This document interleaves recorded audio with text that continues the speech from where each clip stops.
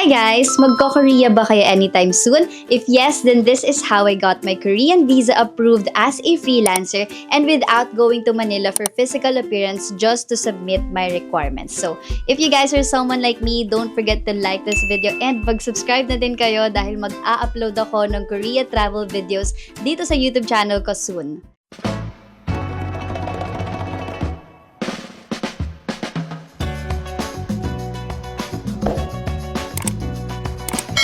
If it's your first time here in my channel, hello everyone! My name is Joanne. I'm a travel and freediving content creator based in Pangasinan. So, nagka-create ako ng mga DIY travel guides, itineraries, budget travels, travel tips and hacks, anything about travel. Ina-upload ko yan sa mga social media platforms ko like Facebook, Instagram, TikTok, YouTube, and website. So, ayun guys, mag-subscribe kayo sa akin kung mahilig kayo mag-travel and budget traveler kayo, magkakaintindihan tayo dyan. So, dito sa video na to guys, i-discuss ko yung step-by-step guide kung paano kumuha ng Korean visa. I-discuss din natin yung mga FAQs like magkano yung processing fee, saan pwedeng mag-process, or ano yung mga requirements, gaano katagal pwedeng mag-apply ng visa, gaano kabilis ang pag-apply ng visa. Lahat ng yan sasagutin natin sa video na to. If ready na kayo, let's go! So guys, sa video na to, tuturuan ko kayo kung paano mag-apply ng Korean visa nang hindi nyo kailangan pumunta ng Manila para lang mag-submit ng requirements. So, ako kasi nakatira ako sa Pangasinan. It's 6 hours away papuntang Manila and I feel like sobrang hassle niya. Ang gastos na nga tapos aksaya pa sa oras kung pupunta ako ng Manila tapos uuwi na naman ng Pangasinan. Tapos pupunta na naman ng Manila kapag kukunin ko na yung passport ko tapos uuwi na naman. Ang gastos talaga niya guys. If you're someone like me, sundan nyo tong video na to. Tuturuan ko kayo ng step-by-step process kung paano tayo makakapag-apply ng Korean visa. So, first guys, bago natin i-gather yung mga requirements natin for our Korean visa application, i-make sure muna natin na merong malapit na W Express sa location natin. So, ang gagawin ninyo, pumunta kayo sa website ng W Express, tapos i-click nyo dyan yung branches, and then i-type ninyo dyan yung location ninyo. So, as for me, Dagupan City ako. Pagka-type ko ng Dagupan City, merong lumabas na branch ng W Express sa Dagupan. So, once na na-make sure nyo na merong W Express na malapit sa location ninyo or sa mismong location ninyo, that's the time na i-gather na natin yung requirements for our Korean visa application. So, guys, para makita ninyo yung updated requirements na kailangan natin for our Korean visa application, sa same website, makikita nyo dyan yung requirements na kailangan ninyo. So, scroll down nyo lang dyan, tapos i-click ninyo kung individual ba kayo, businessman, or housewife, student. So, kung ano man ang mag-apply sa inyo, yun ang i-click ninyo para makita ninyo yung updated requirements ninyo. In my case naman guys, ang finalo ko naman na requirements is yung businessman. Kasi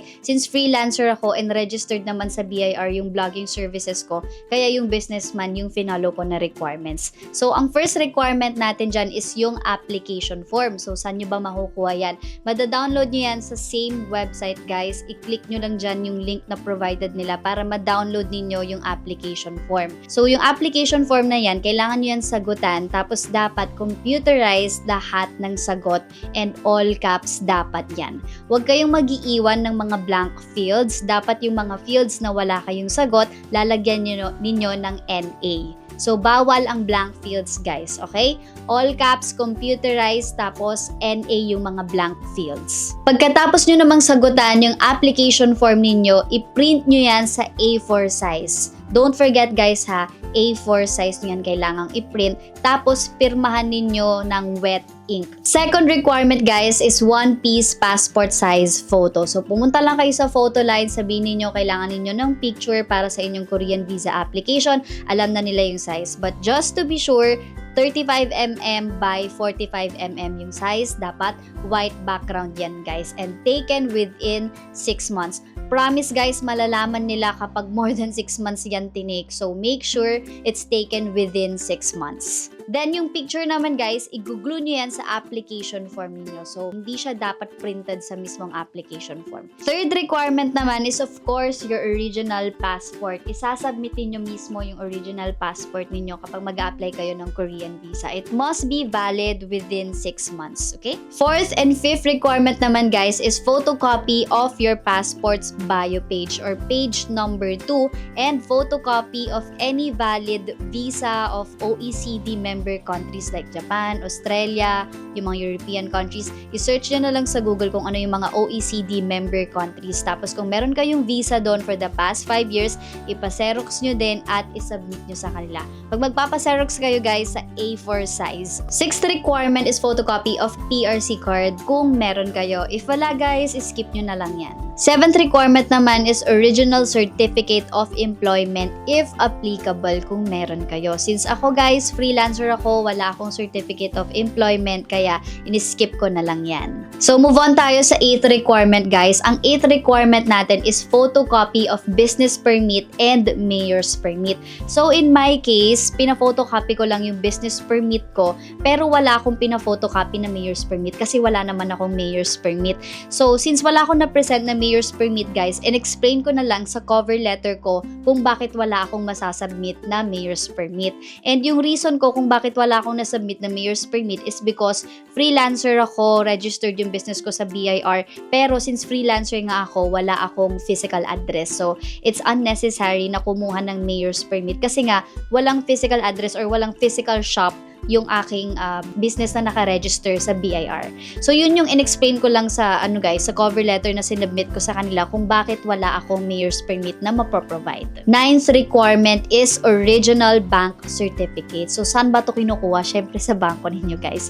Pumunta kayo sa bangko ninyo tapos mag-request kayo ng bank certificate sa kanila, and usually kasi tinatanong nila para saan yung bank certificate na gusto nyong kunin. Sabihin niya lang for Korean visa application. Tapos usually kukunin nila yung address ng Korean Embassy, submit nyo lang din sa kanila, and ilalagay nila yon sa mismong bank certificate. Make sure guys, yung bank certificate nyo, meron siyang 6 months ADB. Tapos dapat nandoon yung account name mo, account type, account number, current balance, tapos account opening date. Dapat lahat ng yan nandoon sa bank certificate na ire-request ninyo. Tapos, ang 10th requirement naman natin guys is bank statement for the past 6 months. Ang ni-request ko lang sa banko guys is bank certificate kasi si BPI nga nagpo-provide naman siya ng bank statement sa mobile app, kaya doon ko na lang din-download at pinaprint.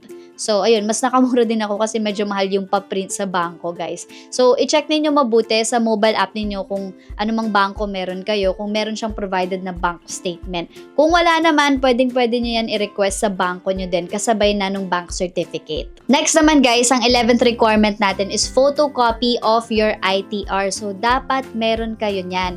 Employer man kayo, business owner, or freelancer, dapat meron kayong ITR dahil proof yan na nagbabayad kayo ng tax. So, saan kukuha niyan? Kapag employee kayo, kunin nyo lang yan sa employer ninyo, or nire-release naman nila yan every year. So, make sure kapag may nire-release silang ITR, itago nyo yan dahil mahalaga yan, guys. Kung business owner naman kayo or freelancer kayo, kunin ninyo sa bookkeeper nyo. In my case kasi, kumuha ko ng bookkeeper ko. So, sa kanya ko na lang pinaprocess yung ITR ko. Tapos, ayun, pinaprint lang namin and then sinubmit ko na yun. Kung sakali mang wala kayong ITR, just like me kasi dati nag-apply ako ng Japan visa, tapos wala akong na-present na ITR nun. And the reason is because kakaparegister ko lang kasi nung vlogging services ko sa BIR, kaya wala pa akong ma-present na ITR nung nakaraang taon. So, in-explain ko lang yun sa cover letter ko nung nag-submit ako for my Japan visa. Tapos, na-approve naman ako for my Japan visa. So, siguro kung ganun din kayo, katulad nyo ako na wala pa kayong ma-present na ITR dahil bago pa lang kayo sa kumpanya nyo,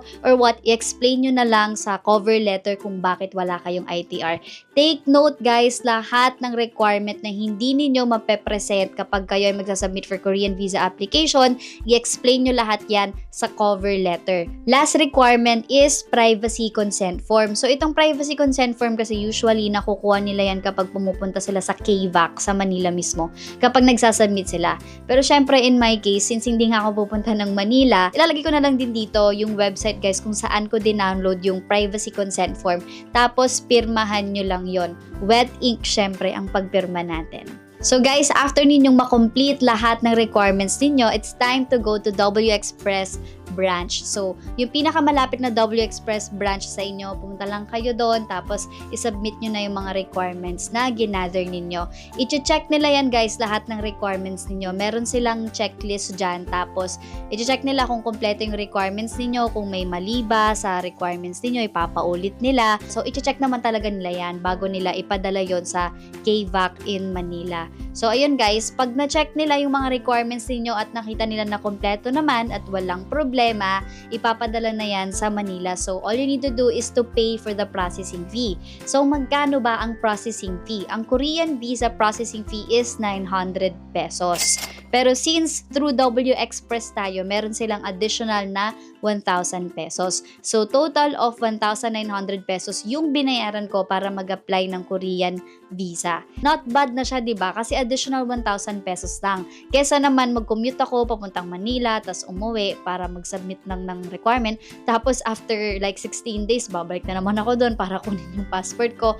Ang mahal, ang gastos, at sobrang aksaya sa oras. Kaya buti na lang talaga, guys, meron ng W Express. So, hulog talaga ng langit to para sa atin na hindi nakatira sa Manila. I-double check nyo mabuti yung requirements nyo, guys. Kasi nung first time kong pumunta ng W Express, nung nakita nila yung requirements ko, ang daming mali. So, ang dami nilang pinaulit sa akin, which is thankful naman ako na pinaulit nila kasi kesa naman isubmit na lang ng ganun, diba? Tapos ma-decline yung visa ko dahil lang meron ako mga requirements na mali. So, double check naman nila yan bago nila ipadala sa KVAC. So next, let's go sa mga important things that you need to know and frequently asked questions. Number 1, dapat computerize lahat ng inyong sagot at printed sa A4 size. Make sure all caps lahat. Ang wet ink lang dyan is your signature. Black ink only, guys. Huwag kayong gagamit ng colored pens, please. Some frequently asked questions naman, do I need to book a flight bago ako mag-apply ng Korean visa? The answer is no. Hindi nyo kailangan ng confirmed flight, guys, bago kayo mag-apply ng Korean visa. Yung ibang mga kakilala ko, katulad ko, ako pala, nauuna yung book ko ng flight kasi sa seat sale ko siya binibili. Ang risk lang nun, guys, is kung ma-deny yung Korean visa ko, syempre, wala na rin akong refund kasi seat sale lang yun. 'Di ba? So, pwede naman na mag-book na kayo ng flights ninyo kung gusto nyong seat sale yung fare ninyo. Pero ang risk lang doon is kung ma-deny kayo, wala nang balik yun. Pero kung ano naman kayo, willing naman kayo mag-book ng flight after nyong ma-approve yung visa, mas okay yun kasi walang risk factor yun. Medyo mapapamahal yung fare ng flight ninyo, 'di ba? So, depende na yun sa inyo, guys, pero hindi required na mag-book ng flight. Next question naman, how much is the visa processing fee? So, na-answer ko na to kanina, 900 pesos siya kung magsasubmit ka sa Manila or kung rekta ka sa KVAC. Pero since sa akin nga, itong video na ginawa ko, it's a guide kung paano kayo mag-submit ng visa requirements niyo nang hindi kailangan pumunta ng Manila. Ang binayaran ko is 1,900 pesos. 900 yung processing fee, tapos 1,000 pesos yung siningil sa akin ng W Express. How early can I apply for a Korean visa? So, 2 to 3 months before your intended date, pwede ka nang mag-apply ng Korean visa.